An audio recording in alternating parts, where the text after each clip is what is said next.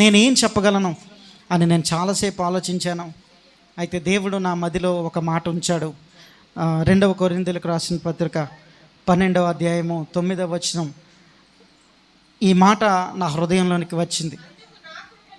అందుకు నా కృప నీకు చాలును. చాలండి. ఇక్కడ ఈ మాట ఎవరితో దేవుడు పలికాడంటే పౌలుతో పలికిన మాట. 2 కొరింథీయులకు రాసిన పత్రిక 12వ అధ్యాయము 9వ వచనంలో అక్కడ ఏమని ఉంటుందంటే, అందుకు నా కృప నీకు చాలును. ఈ మాట నాకు రాత్రి నేను చదువుతూ ఉన్నాను.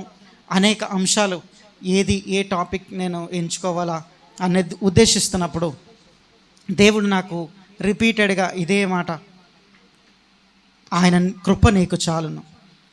పైగా నాకేం గుర్తొచ్చిందంటే 48 సంవత్సరాల పాటు కృపా ప్రార్థనా మందిరాన్ని, కృపతో నడిపించబడుతున్న ఈ సంఘాన్ని దేవుడు 48 ఇయర్స్ నడిపించాడంటే మామూలు విషయం కాదు. 40 సంవత్సరాలు మోషే ఇశ్రాయేల్ ప్రజల్ని నడిపిస్తూ వచ్చాడు. అంతకన్నా ఎక్కువగా మనల్ని అందరినీ కూడా నడిపించాడు. అయితే వారందరూ స్వాస్థ్యముగా ఇవ్వబడిన దేశానికి వెళ్ళారు. కానీ మరి మనకు ఇవ్వబడిన దేశం పరలోక రాజ్యానికి మనందరం కూడా వారసులు అవుతామా అనే ప్రశ్న రాత్రి చాలాసేపు నన్ను కలిచివేసింది. ఎన్ని వార్షికోత్సవాలు మన ముందు నుండి వెళ్ళిపోతున్నా మనం ఆయన కృపను నిర్లక్ష్యం చేసేవారుగానే ఉన్నాం. పేరుకు మాత్రం కృపా ప్రార్థనా మందిరపు విశ్వాసులముగా మనం పిలువబడుతున్నాం, కానీ కృపను విసర్జించేవారిగా ఉంటున్నాం. కృపను ఎడబాసి తిరిగేవారిగా మనం ఉంటున్నాం. కృపను నిర్లక్ష్యం చేస్తున్నాం. ఏమండి, కృప అంత గొప్పదా అనంటే, ప్రేమైనా కనీసం తల్లి దగ్గర నుండి పొందుకోవచ్చు, తండ్రి దగ్గర నుండి పొందుకోవచ్చు, ప్రేయసి నుండి, ప్రియుడి నుండి కొద్దో గొప్ప. వాళ్ళ వెనకాల ఏది ఉన్నదన్న కారణం కాకపోవచ్చు, కనీసం ప్రేమనైతే పొందుకోగలం. కానీ కృపని ఎక్కడి నుండి మనం పొందుకోగలం? ఒక్కసారి ఆలోచన చేయండి.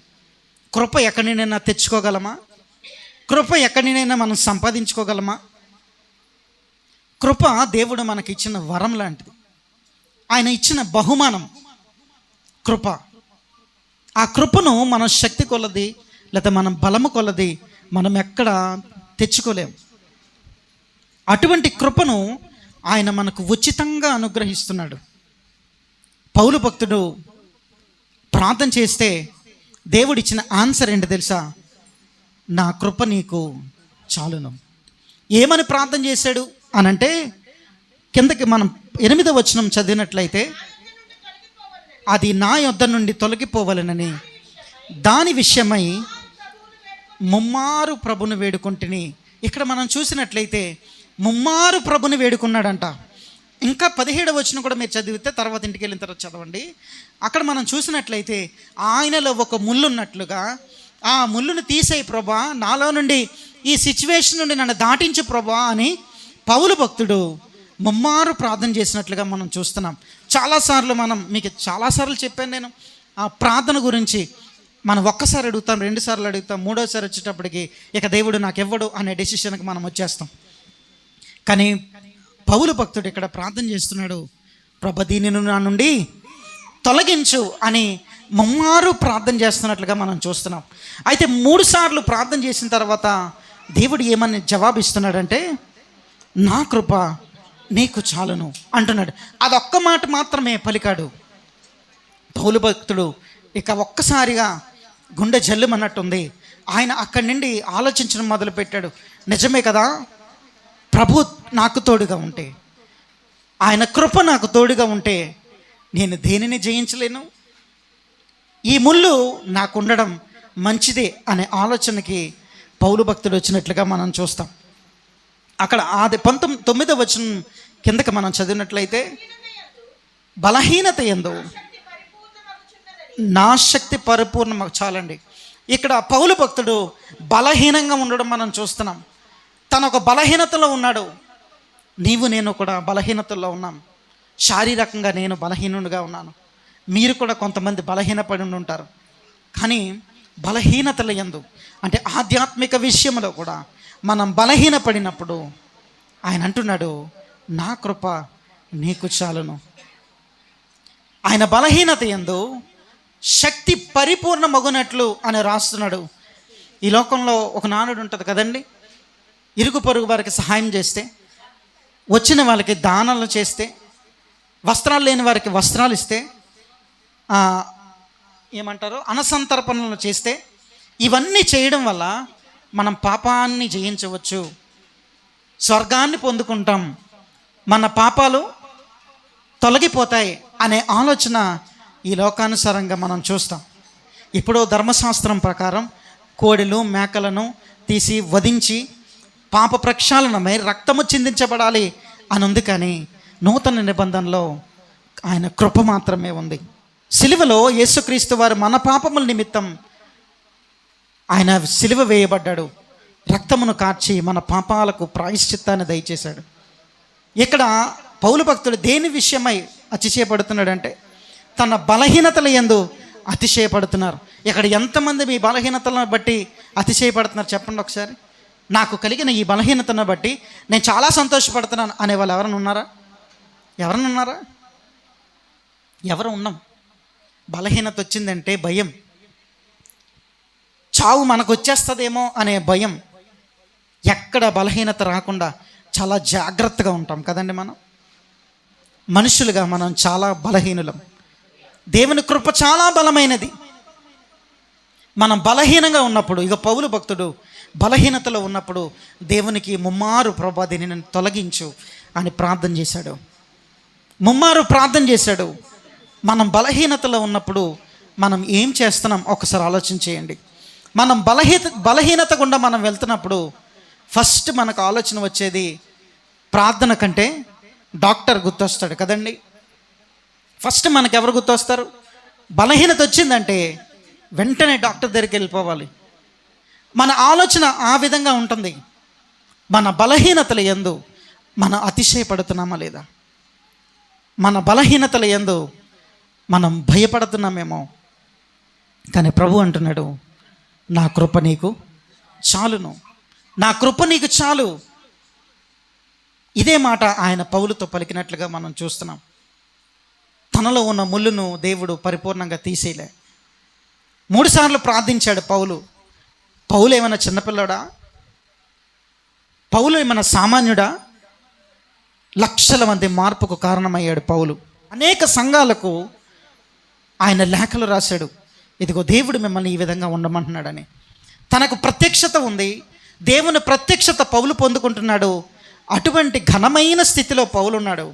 అటువంటి పౌలే ప్రభువుని అడిగితే ఏదైనా ప్రభు చేయగలడు. ప్రభు దృష్టిలో పౌలు చాలా గొప్పవాడు, ఘనమైన వాడు. కానీ పౌలు అడుగుతున్నాడు, ప్రభువా ఈ ముళ్ళను నా నుండి తీసేయి, నా నుండి తప్పించు ప్రభువా అంటున్నాడు. కానీ ప్రభువు తీసేయకుండా ఆయన అన్నమాట, నా కృప నీకు చాలును, నా కృప నీకు చాలు, ఇది నీకు చాలు పౌలు, నా కృప నీకు చాలు. ఈరోజు నిన్ను నన్ను కూడా దేవుడు అదే విషయంలో ఒకసారి సరి చూసుకోమంటున్నాడు. బలహీనతల యందు మనం అతిశయపడుతున్నామా, భయపడుతున్నామా? ఆయన నిన్ను రిజెక్ట్ చేసేవాడు మాత్రం కాదు. ఆయన ఎప్పుడూ కూడా నిన్ను ఆహ్వానించేవాడు. ఎందుకు అనంటే నా కృపపై నువ్వు ఆధారపడు అని నిన్ను ఆహ్వానం ఆయన ఎప్పుడు నీకు తెలియజేస్తూనే ఉంటాడు. ఆయన ఎప్పుడు నిన్ను తిరస్కరించేవాడు కాదు. ఒకసారి ఆయన కృపను నువ్వు రుచి చూడాలనుకుంటే నీ బలహీనతల యందు దేవుని దగ్గరికి రా. అది శారీరక బలహీనత ఏం నేను చెప్పట్లేదు. ఆధ్యాత్మికంగా ఒకవేళ మనం బలహీన పడిపోయినట్లయితే, ఒకవేళ మనం బలహీనంగా ఉన్నామా లేదా అని మనం పరీక్షించుకోవాలంటే ఒక్కసారి మీ హృదయాన్ని మీరు ప్రశ్నించుకోండి. ఎందుకంటే మన మనస్సాక్షి మాత్రమే మనకు నిజం చెప్తుంది. మనుషులు నిజం చెప్పచ్చు, నిజం చెప్పకపోవచ్చు. దేవుని దగ్గర నుండి వచ్చే జవాబు కోసం మనం ఎలాగో వెయిట్ చేయలేం. కాబట్టి నీ మనస్సాక్షి ఖచ్చితంగా నీకు చెప్తుంది నువ్వు బలం కలిగి ఉన్నావా, బలహీనముగా ఉన్నావా అని. అయితే ఆయన కృప మనకు బలహీనతల యందు ధైర్యమునిస్తుంది. ఎలాగో అనంటే నా కృప నీకు చాలును, నేను నీకు తోడుగా ఉన్నాను అని మనకు ధైర్యమునిస్తుంది. నేను మీకు ఏం చెప్తున్నాను అనంటే కృప ఏ విధంగా మన జీవితంలో కార్యములు చేస్తుంది, ఎటువంటి కార్యములు చేస్తుంది అని మీకు నేను చెప్తున్నాను. మొట్టమొదటిగా మనకు కృప ధైర్యమునిస్తుంది. మనం వీటన్నిటి గుండా వెళ్ళొచ్చు. ఒకటి, అనారోగ్య పరిస్థితుల గుండా మనం వెళ్ళొచ్చు, ఆర్థికపరమైన ఇబ్బందుల గుండా మనం వెళ్ళొచ్చు, కుటుంబ సమస్యల గుండా మనం వెళ్ళొచ్చు, లేకపోతే ఇరుగు పొరుగు వారు నన్ను దూషిస్తున్నారు అనే సిచ్యువేషన్స్ నువ్వు వెళ్ళొచ్చు, విషాదం మనల్ని అలుముకోవచ్చు, ఒత్తిడిలో నువ్వు ఉండొచ్చు. ఏదైనా కూడా ఆయన కృప ద్వారా తొలగించబడుతుంది. హల్లెలూయా, హల్లెలూయా. దేవుని కృప ద్వారా సమస్తమును ఆయన తొలగించగలడు. పౌలు భక్తుడు, ఇదిగో ప్రభువా, నా బలహీనత యందు నేను అతిశయపడుతున్నాను అని ఏ విధంగా చెప్తున్నాడో ఆ విధంగా నీ బలహీనతల్లో నువ్వు అతిశయపడినప్పుడు, ప్రభువు నాకు తోడుగా ఉన్నాడు, ఆయన కృప నాకు చాలును అని నువ్వు ఎప్పుడైతే అతిశయపడతావో తప్పకుండా నీ నుండి అది తొలగించబడుతుంది. Amen, amen, amen. ఆయన కృప ద్వారా సమస్తము సాధ్యమే. చెప్పండి అందరూ, ఆయన కృప ద్వారా సమస్తమును సాధ్యమే. అంటే శోధనల గుండా మనం వెళ్ళినప్పుడు ఆయన మనకు ఆధారమై నిలుస్తున్నాడు. యెషయా గ్రంథము 41వ అధ్యాయము 10వ వచనం 2వ భాగం నుండి మనం చదివినట్లయితే, నీకు తోడై ఉన్నాను, భయపడకము, నేను నీ దేవుడనై ఉన్నాను, దిగులు పడకము, నేను నిన్ను బలపరతును, నీకు సహాయం చేయవాడును నేనే, నీతి అను నా దక్షిణ హస్తము నిన్ను ఆదుకొనును, నా కృప నీకు చాలును. ఒకటి నువ్వు చేయాల్సింది ఏంటంటే ఆయన కృప మీద ఆధారపడడం నేర్చుకోవాలి. నీ బలహీనతలలో నువ్వు ఆయన జ్ఞాపకం చేసుకోవాలి. ఎందుకు అనంటే నీకు సహాయం చేయవాడని నేనే అంటున్నాడు, నీ దేవుడిగా నేనున్నాను, నిన్ను ధైర్యపరుస్తాను అంటున్నాడు, నిన్ను ఆదుకుంటాను అంటున్నాడు. అటువంటి వాగ్దానం ఎవరిచ్చి నిన్ను నడిపిస్తారు? ఉచితంగా ఆయన కృపను మనపై చూపిస్తూ, నువ్వు అడగక మునుపే నీ ప్రతి అక్కరను ఎందుకు ఆయన తీరుస్తున్నాడో తెలుసా? కేవలం ఆయన కృపామయుడు గనక, ఆయన కృప మన ఎడల నిలిచి ఉంది గనక, ఆయన కృప మనల్ని విడిచిపెట్టలేదు గనక నువ్వు నేనే విడిచిపెడుతున్నాం, కానీ ఆయన విడిచిపెట్టే దేవుడు కాదు. కిందకి మనం వద్దాం. ఇప్పటి వరకు మనం ఎవరి గురించి చదివాం? పౌలు గురించి చదివాం కదండి. విన్నారా అందరూ? అర్థమైందా? మనం దేవుని కృప ఎడల ఆసక్తి కలిగిన వారమే ఉండాలి. కృప మొదటి భాగంలో మనం ఏం నేర్చుకున్నాం? కృప ఏం చేస్తుంది అనుకున్నాం? కృప బలహీనతలో బలమునిస్తుంది, ధైర్యమునిస్తుంది, శోధన సమయంలో మనకు ఆధారంగా నిలుస్తుంది కృప. రెండవది, మోషే జీవితం అందరికీ తెలుసు కదండి. మోషే ఎలాంటి పరిస్థితుల్లో పుట్టాడో కూడా తెలుసు. తన పుట్టిన దగ్గర నుండే చాలా శోధనలు ఎదుర్కోవడం మనం చూస్తాం. దేవుని ప్రత్యక్షత మోషే పొందుకొని ఈ విధంగా మాట్లాడుతున్నాడు. ఒకసారి నిర్గమాకాండం 3వ అధ్యాయము 10వ వచనం మనం చూసినట్లయితే, నిర్గమాకాండము 3వ అధ్యాయము 10వ వచనం మనం చూసినట్లయితే, కాగా రమ్ము, నిన్ను ఫరో యొద్దకు పంపెదను, ఇశ్రాయేలీయులైన నా ప్రజలను నీవు ఐగుప్తుల నుండి తోడుకొని పోవలను. యెహోవా దేవుడు మోషేతో ఈ విధంగా పలుకుతున్నాడు, కాగా రమ్ము, నువ్వు రా. ఎందుకు అనంటే నా ప్రజలైన ఇశ్రాయేలీయులందరినీ కూడా నువ్వు విడిపించి నువ్వు నడిపించాలి అంటుంటే, నేను నోటి మాంద్యం కలవాడను, నేను నత్తివాడను, నేను సరిగ్గా మాట్లాడలేను, నేను ఇన్క్యాపబుల్, నేను ఏమీ చేయలేని వాడను, నన్ను ఎన్నుకుంటావేంటి ప్రభువా అని కింద వచనంలో కంటిన్యూ చేస్తాడు. చదువుదాం. అందుకు మోషే ఫరో యొద్దకు వెళ్ళుటకును ఇశ్రాయేలులను ఐగుప్తుల నుండి తోడుకొని పోవుటకును ఎంతటి వాడనని దేవునితో అనగా, ఆయన నిశ్చయముగా, చాలండి. ఇక్కడ ఏమన్నాడు మోషే? నేను ఏ పాటి వాడను ప్రభా, నేను ఎంతటి వాడను. నీవు నేను కూడా అలాగే అనొచ్చు కదా. పాట పాడమంటే, ఎవరైనా ముందుకు రమ్మంటే అస్సలు వద్దండి, ప్రార్థన చేయమంటే అస్సలు వద్దండి. మన ఆలోచన ఏంటంటే, నేను ఎంతటి వాడను, నేను ఏ పాటి వాడను, ఇక నేను చేసిన పాపములను బట్టి నేను వెళ్ళి ప్రార్థన చేయగలనా అని నీ మనస్సాక్షి ఒకవేళ నిన్ను గద్దిస్తుందేమో. ఒకవేళ నీ ఆలోచనలు అక్కడి నుండి ఇక్కడికి నేను తీసుకురాలేకపోతున్నాయేమో, ఏదో నిన్ను ఆటంకపరుస్తుంది. మోషే కూడా ఆ విధంగానే, నేను ఇన్క్యాపబుల్, నేను క్యాపబుల్ కాను, నేను చేయలేను, నేను ఎంతటి వాడిని, ఈ నత్తివాడనైన నేను ఏమి చేయగలను. తన ప్రజలను ఆయన నడిపించమంటున్నాడు. నేను ఏ విధంగా నడిపించగలను ప్రభువా అనే ప్రభువునే ఆయన అడిగినప్పుడు ప్రభు అంటున్న మాట, నిశ్చయముగా నేను నీకు తోడై ఉన్నాను. ఒకవేళ నీ జీవితంలో నేను ఏ పాటి వాడిన ప్రభు అని నీకు ఆలోచన ఉందేమో, దేవుడు అంటున్నాడు, నేను నీకు తోడై ఉందును, నా కృప నీకు చాలు, నా కృప నీకు చాలని అంటున్నాడు. నేను నీకు తోడై ఉంటాను అంటున్నాడు. మోషే 40 సంవత్సరములు ఇశ్రాయేలు ప్రజలను నడిపించాడు. ఈ స్టోరీ మనందరికీ తెలుసు కదా. ఈ 40 సంవత్సరాల్లో ఒక యాగంగా చేశాడు. ఎందుకు అనంటే కేవలం ఆయన కృప మీద ఆధారపడ్డాడు మోషే. ఆయన ఒకే మాట పలికాడు, నేను నీకు తోడై ఉన్నాను. ఎన్నోసార్లు ఒకవేళ మోషే ప్లేస్లో నువ్వుంటే, నేనుంటే, చాలాసార్లు ఇశ్రాయేలు ప్రజలు చేస్తున్న పనికి ఓరా బాబు ఇవి మనం పడలేం అని వెళ్ళిపోతాం. ఇశ్రాయేలు ప్రజలు దూడను తయారు చేసుకొని వారు అన్య దేవతల వైపు వెళ్ళిపోతూ వారి ఇష్టానుసారంగా బ్రతుకుతూ ఉన్నారు. అప్పుడు మోషేకి కోపం రాలే. ఏమని అన్నాడంటే, ప్రభా నువ్వు ఎందుకు ఇలా చేస్తున్నావు, నీ ప్రజలు చూడు ఎలా చేస్తున్నారు ఇక్కడ అని దేవుని ఎదుట దేవుని పాదాల చెంత పడ్డాడు. కానీ నేను వెళ్ళిపోతాను, నేను ఏడవలేను అని చెప్పి మధ్యలో ఆయన వెళ్ళిపోయినట్టు మనం ఎక్కడా చూడలేదు. అప్పగించబడిన ఆ బాధ్యతను నెరవేర్చాడు మోషే. ఎటువంటి పరిస్థితులు వచ్చినా సరే ఎక్కడా కూడా ఆయన బెనకలే. నేను నీకు తోడై ఉన్నాను అనే మాటను మాత్రమే పట్టుకొని ముందుకు కొనసాగాడు మోషే. నీవు నేను కూడా ఆధ్యాత్మిక జీవితంలో నా కృప నీకు చాలును అని దేవుడు మనకు వాగ్దానం ఇచ్చాడు.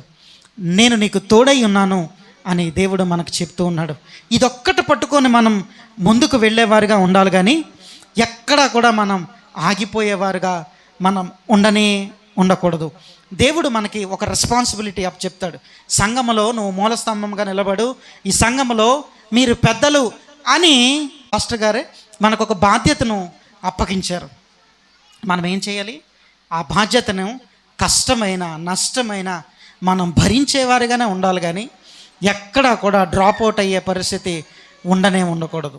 ఇక్కడ మోషే జీవితంలో ఏం జరిగింది అనంటే, ప్రభు ఏమో నువ్వు రా అన్నాడు.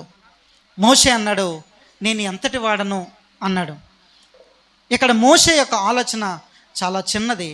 నేను బలహీనుడును అన్నట్టు మోషే అనుకున్నాడు. కానీ నోటి మాంద్యము కలిగిన ఈ మోషేనే ఘనముగా ఎంచుకున్నాడు. నీకు నాకు ఏదో ఒక మాంద్యం ఉండుండొచ్చు, నోటి మాంద్యం ఉండుండొచ్చు, సరిగ్గా మనం నడవలేకపోవచ్చు, మనం అసహ్యంగా కడపడవచ్చు. ఏదున్నా కూడా దేవుడు మనలందరినీ కూడా ఘనులుగా ఎంచాడు. అందుకే ఈ ప్రాంతంలో ఈ స్థలములో నిన్ను ఇక్కడ కూర్చోబెట్టాడు. నువ్వు ఎప్పుడైనా మీకు ఆలోచన కలిగిందా? నాకైతే కలిగింది. ఒకవేళ నేను ఎక్కడ పుట్టకుండా ఉండుంటే అసలు నేను పుట్టేవాడినా? చాలామందికి అనిపిస్తుంది, నేను ఎందుకు ఇక్కడ పుట్టాను, నేను ఎందుకు ఇక్కడ ఉన్నాను అని అనుకుంటావు. కానీ దేవునికి నీ మీద ఒక ప్రణాళిక ఉంది. నువ్వు ఇక్కడ దేవుని నిన్ను ఇక్కడ పుట్టించడానికి దేవునికి నీపై ఒక ప్రణాళిక ఉంది. ఆ బాధ్యత ఏంటది అనేది మనం తెలుసుకోవాలి అనంటే ఆయన కృప నీడలోకి మనం రావాలి. ఆయన దక్షిణ హస్తపు నీడలోనికి మనం తేబడాలి. ఆయన నీడలోనికి మనం ప్రవేశించినప్పుడు నీ జీవిత యొక్క పరమార్థం ఏంటో, ఆయనపై నీకున్న ప్రణాళిక ఏంటో, ఆయన చిత్తం ఏంటో ఆయన నీ ఎడల బయలుపరుస్తాడు. నువ్వు అది చేయనంత కాలం కూడా ఎట్టి పరిస్థితిలో నీకు అది తెలియబడదు. ఎప్పుడు రావడం వెళ్ళిపోవడం ఇదే జరుగుతుంది తప్ప మన జీవితంలో ఏదీ జరగదు.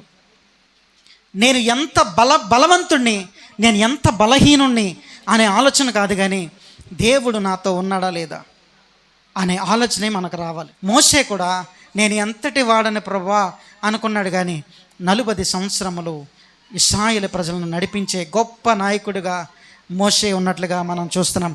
అంటే సమస్య నీ ముందు చిన్నదై ఉండొచ్చు, సమస్య నీ ముందు చాలా పెద్దదై ఉండొచ్చు, నేను జయించగలనా అనే ఆలోచన నీకు రావచ్చు. కానీ ప్రభు అంటున్నాడు, నా కృప నీకు చాలును, నేను నీకు తోడై ఉన్నాను అంటున్నాడు. మూడవదిగా దావీదు జీవితం మనందరికీ తెలుసు. ఊరియాను చంపించేసాడు కూడా. కీర్తనలు 51వ అధ్యాయము మొదటి 2 వచనాలు చూసినట్లయితే, దేవా నీ కృప చొప్పున నన్ను కరుణింపుము. దావీదు నోట పలుకుతున్న మాట, దేవా నీ కృప చొప్పున నన్ను కరుణించు. కేవలం నీ కృప చొప్పున మాత్రమే నన్ను కరుణించు ప్రభా. మరి దేనివల్ల కూడా ఆయన కరుణ మనం పొందుకోలేం, కేవలం ఆయన కృప ద్వారా మాత్రమే. దావీదు పలుకుతున్నాడు, దేవా నీ కృప చొప్పున నన్ను కనికరించుము. నీ బలహీనతలో నువ్వు అతిశయపడమే కాదు, నీ బలహీనతలలో దావీదు ఏ విధంగా అయితే దేవుని పాదాల చెంతకు వచ్చేసాడో, నీవు కూడా దేవుని పాదాల చెంతకు వచ్చి, దేవా నీ కృప చొప్పున నన్ను కరుణించుము, నీ వాత్సల్యత బాహుల్యము చొప్పున నా ప్రతి అతిక్రమమును నువ్వు తుడిచివేయి, నన్ను శుద్ధినిగా చేయి ప్రభా, నన్ను శుద్ధినిగా చేయి. తెలిసి నేను పాపములు చేశాను అని చెప్పి తన పరుపు తేలునంతగా ఆయన ఏడుస్తున్నట్లుగా మనం చూస్తాం. మన తలగడ ఏ రోజైనా తడిసిందా? నువ్వు కార్చిన కన్నీళ్ళని బట్టి తడిచిందా? మన చీర చెంగి ఎప్పుడైనా తడిచిందా? మీ చున్నీ ఎప్పుడైనా తడిచిందా? మనకున్న కర్చీఫ్ ఏదైనా ఉంటుంది కదా, ఆ కర్చీఫ్ ఎప్పుడైనా తడిచిందా? దావీదు చేసిన పాపమును బట్టి ఎంతగా ప్రాధేయపడ్డాడో ఒకసారి ఆలోచించేయండి. మనం సింపుల్గా ఆయన క్షమించేస్తాడులే, ఆయన నా కోసం రక్తం చిందించాడు కదా, నన్ను ఈజీగా క్షమించేస్తాడు అనే చాలా నిర్లక్ష్య ధోరణి మనలో ఉంటుంది. దావీదు అంటున్నాడు, నీ కృప చొప్పున నన్ను కరుణించు. మనలాగా చాలా సింపుల్గా అడగలేదు, మనలాగే పాపములు చేశాడు దావీదు, కానీ అడిగే విధానం వేరేగా ఉంది. మనం అడిగే విధానం వేరేగా ఉంది. ప్రభాను నాకు క్షమించు అని అంటాం, కానీ ప్రభా నీ కృప చొప్పున నన్ను కరుణించు ప్రభా, ఇదిగో నేను చేసిన పాపములు అంతా ఇంత కాదు ప్రభా అని దావీదును అడిగే విధానంలో మనం ఏనాడు కూడా అడగం. దేవుని యొక్క హృదయానికి ఇష్టానుసారుడిగా ఉన్నాడు దావీదు. అంటే దేవుని యొక్క హృదయమును ఎరిగిన వాడు గనక ఏ విధంగా నడుచుకోవాలో, ఏ విధంగా దేవుని పాదాల చెంత ప్రాధేయపడాలో, ఏ విధంగా క్షమించమని అడగాలో దావీదుకు తెలుసు. దేవుని యొక్క హృదయం నీకేమైనా అర్థమవుతుందా? దేవుని యొక్క హృదయం నువ్వు అర్థం చేసుకోగలుగుతున్నావా? 48 సంవత్సరాల దేవుని సన్నిధిలో వచ్చి ప్రార్థనలు చేస్తూనే ఉన్నాం, ఏం అర్థం చేసుకున్నాం మనం దేవుని యొక్క హృదయాన్ని? నీతిమంతుడిగా ఎవరు కనిపించారంటే, జలప్రలయానికి ముందు నోవాహు మాత్రమే కనపడ్డాడంట. అక్కడ నోవాహు మాత్రమే కనపడ్డాడని ఉంది, కానీ దేవుడు నోవాహుతో పాటు నోవాహు కుటుంబాన్ని కూడా ఆ ఓడలోనికి ప్రవేశించే ఆధిక్యత ఇచ్చాడు. ఎందుకు తెలుసా? నోవాహును బట్టి. ఈరోజు నిన్ను బట్టి నీ పిల్లలు కావచ్చు, నీ తల్లిదండ్రులు కావచ్చు, నీ కుటుంబము పరలోక రాజ్యంలోనికి ప్రవేశించేలా ఉండాలంటే ముందు దేవుని యొక్క హృదయాన్ని నువ్వు ఎరగాలి. దేవుని యొక్క కృప యొక్క బలం ఏంటో నువ్వు తెలుసుకోవాలి. దేవుని యొక్క ప్రేమ ఏంటో నువ్వు తెలుసుకోవాలి. అప్పుడు మాత్రమే అది సాధ్యం. నీ గృహంలోని నీ కుటుంబం అంతటినీ పరలోక రాజ్యానికి చేర్చడానికి నీవు నాయకుడిగా ఉండాలి. అనేక మంది అట్టి నాయకులు లేవాలని దేవుని ఆశయం ఉన్నది, కానీ మన జీవితాలు అలా లేవు. కానీ దేవుడు ప్రతిదీ చూస్తున్నాడు. నీ హృదయమును, నీ అంతరంగమును ఎరిగినవాడు. నీ హృదయాలోచనలను బయటికి చెప్పకపోవచ్చు. నువ్వు లోపల ఎంత తిట్టుకుంటున్నావో దేవుడు చూస్తున్నాడు. నువ్వు లోపల ఏ విధంగా ఆలోచిస్తున్నావో దేవుడు చూస్తున్నాడు. దేని విషయమైనా, సంఘం విషయం ముఖ్యంగా, దైవజనుల విషయమై ముఖ్యంగా, నువ్వు ఏమైతే ఆలోచిస్తున్నావో దేవుడు సమస్తము ఎరిగినవాడు. దేవుడు నీ హృదయ ఆలోచనలు పరిశోధించేవాడు. ఈ విషయం దావీదుకు తెలుసు కాబట్టి నా హృదయాన్ని ఆయన పరిశోధించే దేవుడు కనుక, దేవా నీ కృప చొప్పున నన్ను కరుణించు ప్రభా.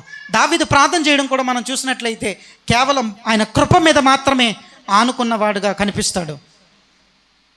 ఆ విధంగా మనం ఆయన కృప మీద ఆనుకునేవారుగా మనం ఉండాలి. విరిగి నలిగిన హృదయంతో నువ్వు దేవుని దగ్గరికి వచ్చి, ప్రభా ఇదిగో నా పాపాలను క్షమించు అని పశ్చాత్తాప హృదయంతో నువ్వు వేడుకుంటే కృప నిన్ను క్షమిస్తుంది. ఎందుకు అనంటే ఆయన కృప మనకు చాలును అని చెప్పాడు. 4వదిగా మనం చూసినట్లే పేతురు అందరికీ తెలుసు కదా, ముమ్మారు బొంకేస్తావు పేతురు అని యేసుక్రీస్తు వారు ముందే పేతురికి చెప్పారు. అచ్చచ్చే ప్రభా నేను అసలు ఎందుకు అలా చేస్తాను, నేను చేయను ప్రభా, నేను చాలా మంచోడిని, నీతో పాటు ఉన్నాను కదా, నేను ఎందుకు అలా చేస్తాను. యోహాను సువార్త 21వ అధ్యాయము 15 నుండి 17 వచనం ఇంటికి వెళ్ళిన తర్వాత చదవండి. అక్కడ 3 సార్లు పేతురుని ప్రశ్నిస్తే అందులో 17వ వచనం చదువుతున్నాను. 3వసారి ఆయన యోహాను కుమారుడైన సీమోను నన్ను ప్రేమించుచున్నావా అని అతనిని అడిగాను. నన్ను ప్రేమించుచున్నావా అని 3వసారి తన్ను అడిగినందున పేతురు వ్యసనపడి, ప్రభువా, నీవు సమస్తమును ఎరిగిన వాడవు, నన్ను ప్రేమించుచున్నానని నీవే ఎరుగుదువని. ఎంత చక్కగా నవ్వుతా అబద్ధం ఆడుతున్నాడు చూసారా? యేసుక్రీస్తు వారు అన్నారు, నువ్వు నన్ను ప్రేమిస్తున్నావా అని 3 సార్లు అడిగేటప్పటికి విసుగొచ్చేసింది పేతురికి. ప్రభు నిన్ను నన్ను కూడా అడుగుతున్నాడు, నేనంటే నీకు ఇష్టమా, నీవు నన్ను ప్రేమించుచున్నావా అని దేవుడు నిన్ను నన్ను అడుగుతున్నాడు. ఒకసారి నాకు చెప్పక్కర్లేదు, కానీ దేవునితో మీరు చెప్పండి, నీవు నన్ను ప్రేమించుచున్నావా? నిజముగా నువ్వు నన్ను ప్రేమించినట్లయితే ఇదిగో నీవు ఇలా ఉండవు. పేతురు ఏ విధంగా దేవునితో నడుస్తున్నాడో, పేతురు ఏ విధంగా యేసుక్రీస్తు ప్రభు వారితో ప్రక్కనే ఉండి నడుస్తూ, నేను ఏమాత్రం కూడా సంకోచించట్లేదు ప్రభా, నీకు తెలీదా నా హృదయం, నా మనస్సు నీకు తెలీదా ప్రభా, నేను నిన్ను ప్రేమిస్తున్నాను, సంపూర్ణంగా హార్ట్ఫుల్గా నిన్ను ప్రేమిస్తున్నాను ప్రభా అని చెప్పాడు. కానీ లోకాసు వార్త 22వ అధ్యాయము 62, 63 వచనాలకు వచ్చేటప్పటికి ఇక్కడ యేసుక్రీస్తు వారు అప్పగింపబడే సమయం. అప్పుడు ఈయన నీకు తెలుసా అంటే నాకు తెలియదు అన్నాడు. వీడిని నేను ఎక్కడో చూశాను, యేసుక్రీస్తు వారితో చూశాను అని అరిచినప్పుడు, అయ్యయ్యో నాకు అసలు తెలియదండి, నాకు తెలీదు.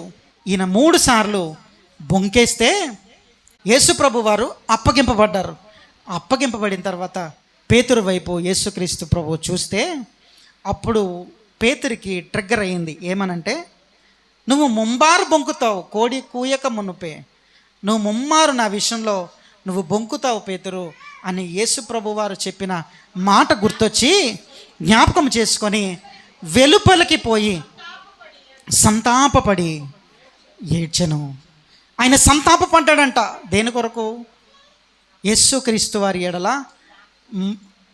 అబద్ధము చెప్పాడని చాలా సంతాపపడ్డాడు, చాలా ఏడ్చాడంట పేతురు. అక్కడ దావీదు గారు ఎందుకు ఏడ్చాడు? చేసిన పాపములను బట్టి ప్రాయశ్చిత్తం కొరకు లేదా పశ్చాత్తాపపడి ఏడ్చినట్లుగా మనం చూస్తున్నాం. ఇక్కడ పేతురు ఎందుకు ఏడుస్తున్నాడు?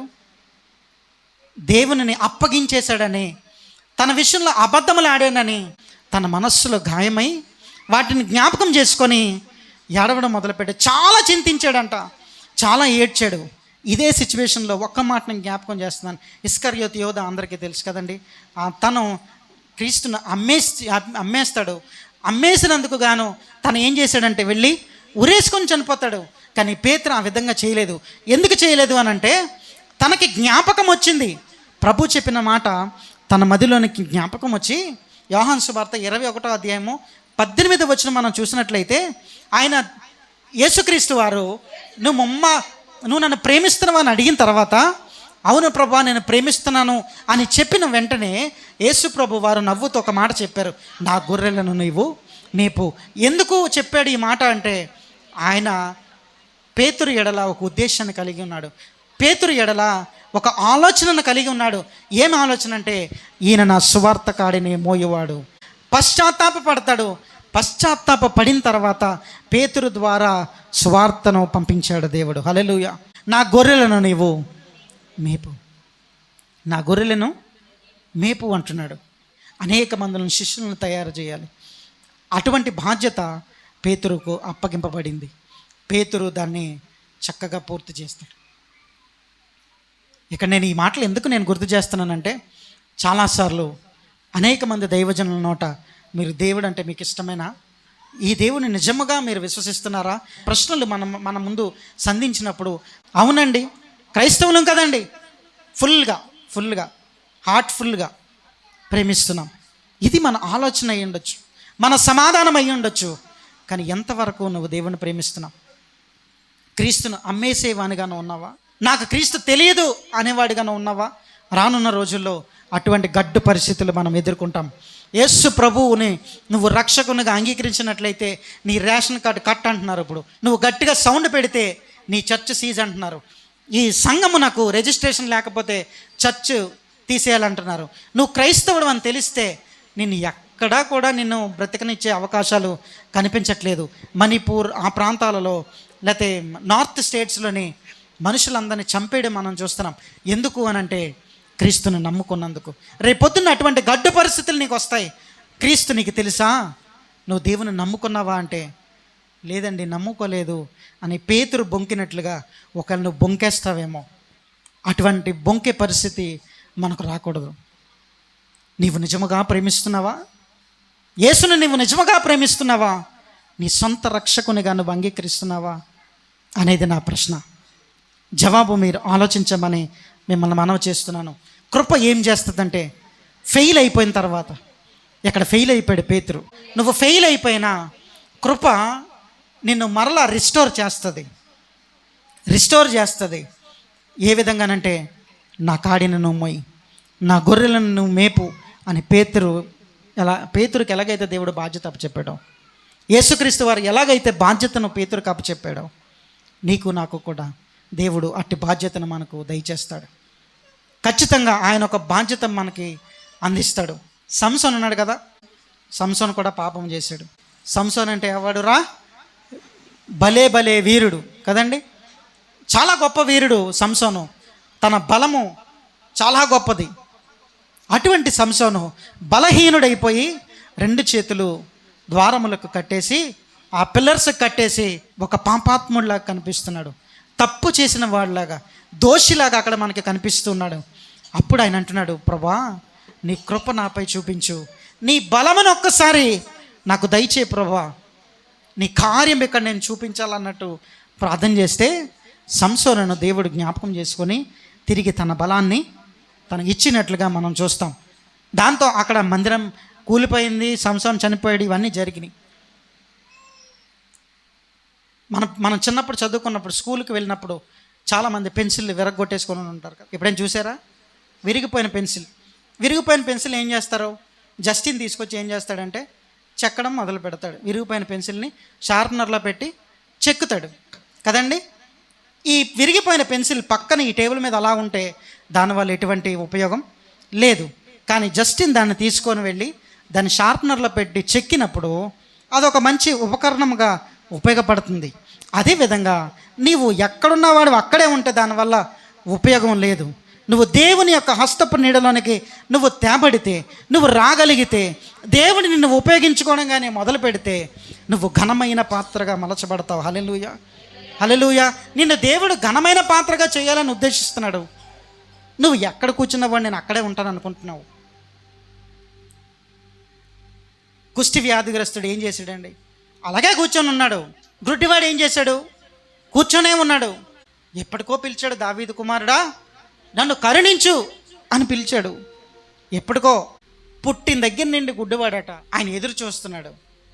కనపడదు కానీ దావీదు కుమారుడు అనేవాడు ఒకడు ఉన్నాడు, ఆయన వస్తే నేను స్వస్థపరచబడతాను అని ఎదురు చూడడం అంతవరకు ఓకే. మరి కుష్టి వ్యాధిగ్రస్తుడి పరిస్థితి ఏంటండి?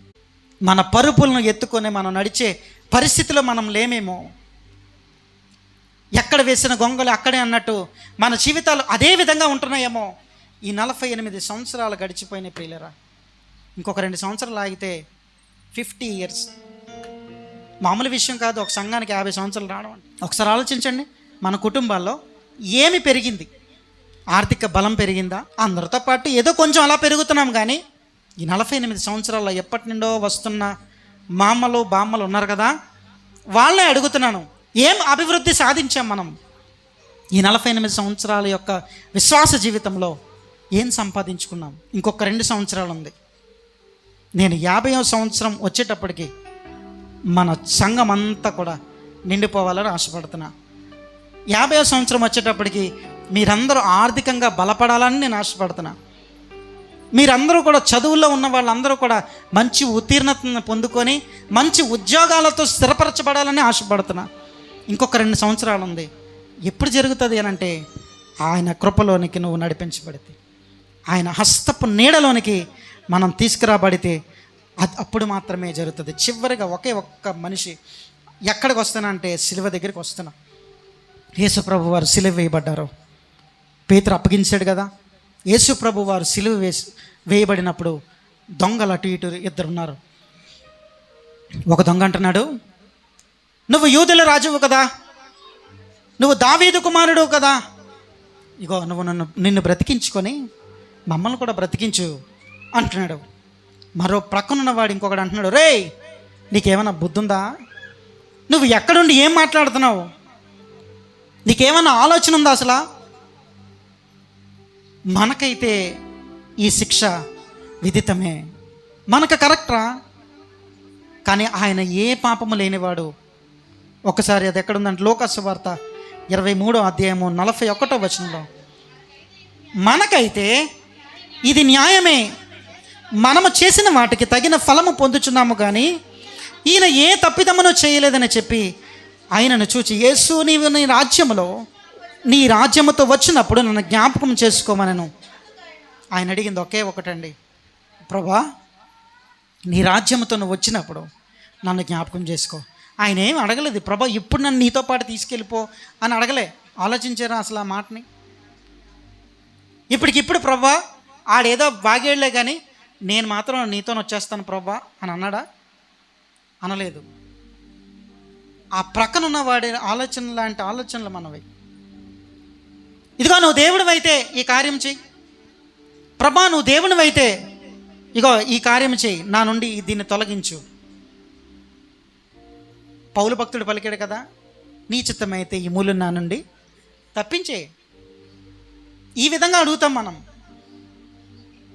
ప్రభా నీవు నిజమైన దేవుడివే అయితే ఇగో ఈ ₹1,00,000 అప్పు తీరిపోవాలి. నువ్వేం కష్టపడవు, నువ్వు అక్కడే కూర్చొని ప్రభా నువ్వు నిజమైన దేవుడివైతే ఈ అప్పు నుండి నన్ను తప్పించే. ఈ విధంగా మన ఆలోచనలు ఉంటాయేమో. ఇక్కడ సిలువపై దొంగ మాట్లాడుతున్నాడు, నీ రాజ్యముతో నువ్వు వచ్చినప్పుడు అప్పుడు నన్ను జ్ఞాపకం చేసుకో ప్రభా, నువ్వు అప్పుడు నన్ను జ్ఞాపకం చేసుకో, ఇప్పుడు కాదు అనగానే ఇన్స్టెంట్గా ఆయనకి రక్షణలోనికి దేవుడు నడిపించాడు. యేసు ప్రభు వారు పలికిన మాట ఏంటి తెలుసా? అందుకు ఆయన, నేడు నీవు నాతో కూడా పరదేశంలో. ఆయన అన్నాడు నీ రాజ్యం వచ్చినప్పుడు నన్ను జ్ఞాపకం చేసుకోమన్నాడు. ఇక్కడ యేసు ప్రభు అంటున్నాడు, నేడు నీవు నాతో కూడా పరదేశంలో ఉంటావు. అంటే దేవుడు అంటే క్రీస్తు వారు ఎంత మంచి ఆఫర్ ఇచ్చాడు ఒకసారి చూడండి. యేసు ప్రభు వారు సిలువ పై నుండి మీకు మొదట్లోనే చెప్పాను కదా, మంచి కార్యములు చేస్తే స్వర్గం అని ఆలోచనతో ఉంటాం మనం. గొప్ప గొప్ప కార్యములు చేస్తే ఏమంటారు, అన్నదానాలు చేస్తే, రక్తదానాలు చేస్తే పరలోకం అని మనం అనుకుంటాం. కానీ సిలువపై దొంగ మనకు ఒక విషయం చెప్తున్నాడు. ఏమనంటే, నీ హృదయంలో మార్పు కలిగితే, నీకు రక్షణ అనుభవంలోనికి నువ్వు నడిపించాలనే ఆశ నీకుంటే చాలు, ఇప్పుడే నువ్వు పరదేశంలో ఉంటావు అని మరొకసారి మనకు గుర్తు చేస్తున్నాడు.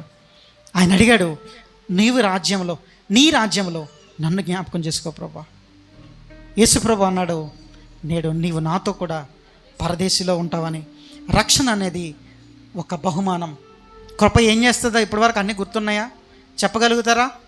బలహీనతల్లో బలమునిస్తుంది కృప, ధైర్యమునిస్తుంది కృప, ఆదరణిస్తుంది కృప. దావీదు ఏం చేశాడు?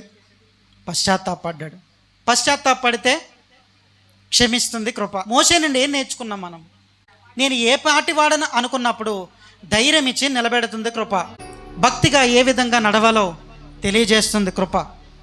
దొంగ విషయంలో ఏం నేర్చుకున్నాం? పాపముల నుండి విడిపించబడి రక్షణలోనికి ఏ విధంగా మనం నడుచుకోవాలో తెలియజేస్తుంది కృప. పాపములను పరిహరించి రక్షణ అందిస్తుంది కృప. హల్లెలూయా.